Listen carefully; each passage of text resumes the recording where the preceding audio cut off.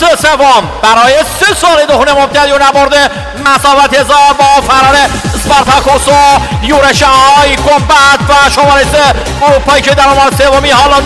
ماساراز میاد سکانداری رو انجام بده. ماساراز با چابک زبان امین محمدی در کنارش هم قرار گرفتن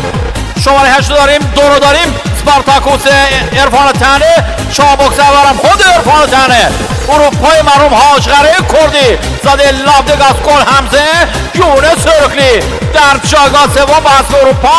ضمن که آقای گنبد آرتین آتابای آلبین پورتوماجی هم جمع میکنه به اتفاق بالوتلی در پیچ آخر محمد خوجملی با حسب بالوتلی مسعود وحمیتی سواری در باده